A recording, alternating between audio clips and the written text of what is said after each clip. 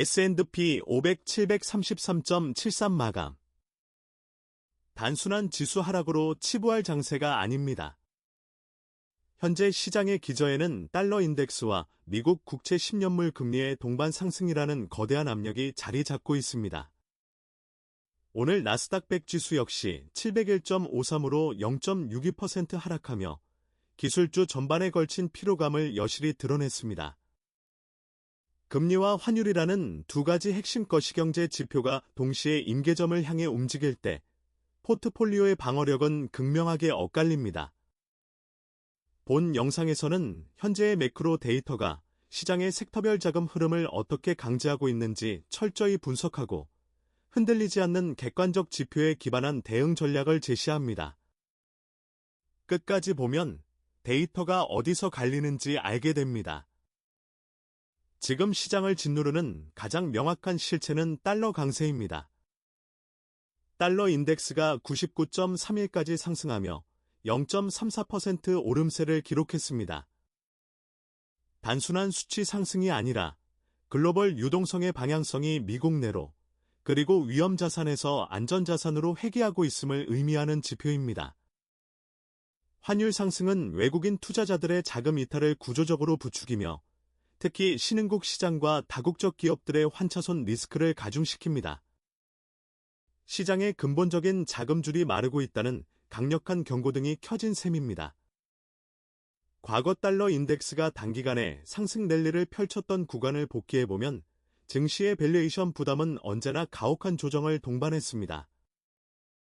평범하게 구성된 포트폴리오는 시장 평균의 하락폭보다 더 빠르고 소리 없이 녹아내릴 수 있는 위험 구간에 진입했습니다.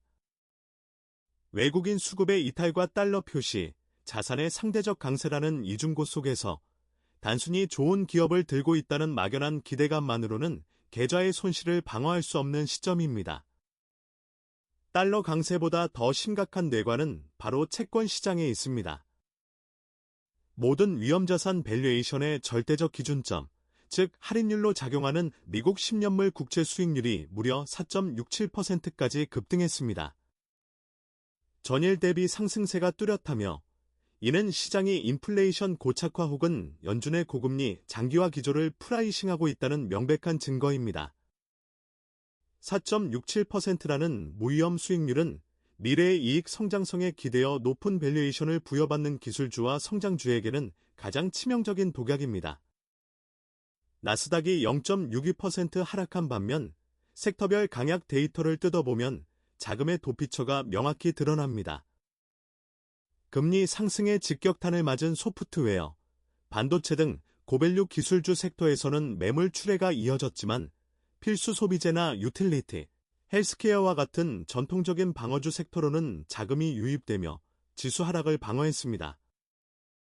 이는 시장 참가자들이 성장에 대한 베팅을 멈추고 생존과 해지를 위한 포지셔닝으로 전환했음을 시사합니다. 오늘 기술주가 밀리고 방어주만 굳건히 버틴 이유, 바로 이 숨막히는 금리 압박이 주식의 내재 가치를 재평가하도록 강제하고 있기 때문입니다. 맥은 2%치를 포함한 대형 기술주들 역시 높아진 할인율 앞에서는 조정의 빌미를 제공할 수밖에 없는 구조적 한계에 직면해 있습니다. 이처럼 금리와 달러가 동시에 시장의 목을 조이고 있지만 데이터를 객관적으로 바라보면 아직 극단적인 공포나 시스템 리스크를 논할 단계는 아님을 알 수 있습니다. 시장 참가자들의 심리와 내재 변동성을 가장 정확히 투영하는 VIX 지수, 일명 공포 지수를 같이 보죠. 현재 VIX 지수는 18.06을 기록하고 있습니다. 전일 대비 1.35% 상승하며 고개를 들고는 있지만 통상적으로 시장의 패닉 셀링을 동반하는 30 이상의 수치와는 아직 거리가 멉니다. 이는 기관 투자자들을 비롯한 메이저 자금들이 주식을 시장가로 내던지며 투매에 동참하고 있는 것이 아니라 파생 상품 시장을 통해 점진적으로 해지 포지션을 구축하고 비중을 조절하는 이성적인 대응을 하고 있다는 뜻입니다.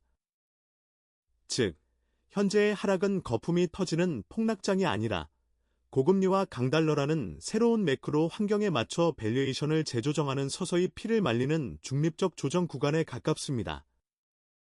이러한 국면에서는 공포에 질려 시장을 떠이 관점은 것보다 하락의 기울기가 완만해지고 변동성이 잦아드는 구간을 추적하는 것이 훨씬 유리합니다.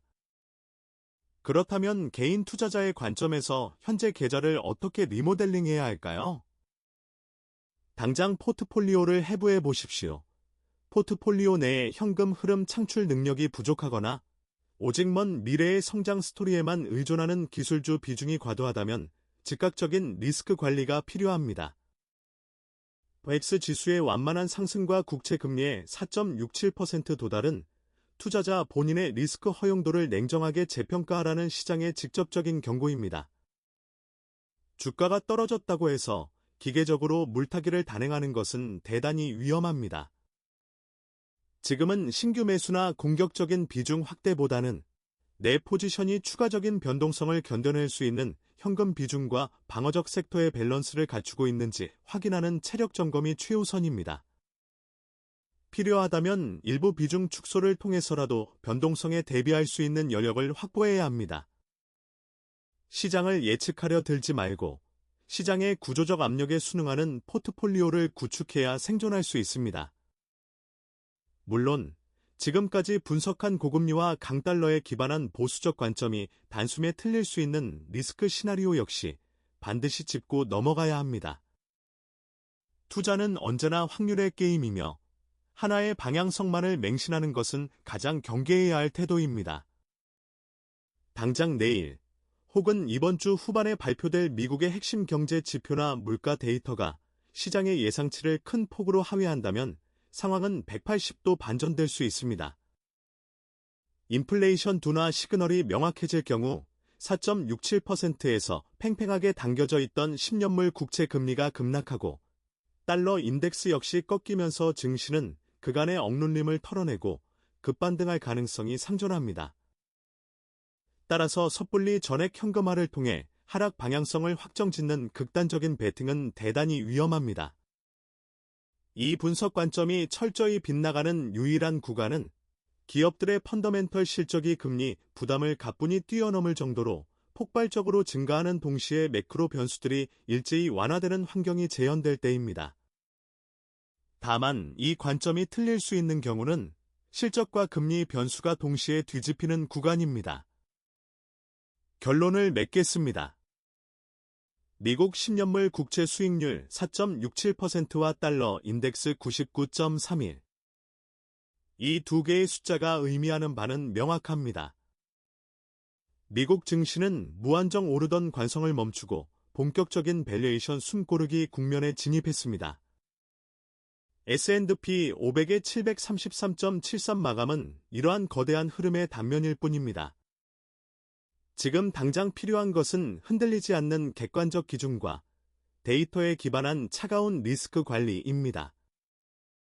본 영상에서 다룬 매크로 변수 외에도 어떤 섹터에서 실제로 돈이 빠져나가고 있고 대형 기관들은 어떤 종목으로 피난처를 구축하고 있는지 구체적인 섹터별 자금 흐름과 상세한 종목, 데이터 분석이 필요합니다. 더 깊이 있는 전체 데이터 해석과 실전 대응 전략은 고정 댓글과 본문 설명란에 기재된 인베스티큐스 블로그 링크에서 이어서 확인하시기 바랍니다. 철저한 데이터 기반의 전략만이 당신의 계좌를 지킬 수 있습니다. 지금까지 객관적 데이터 분석이었습니다.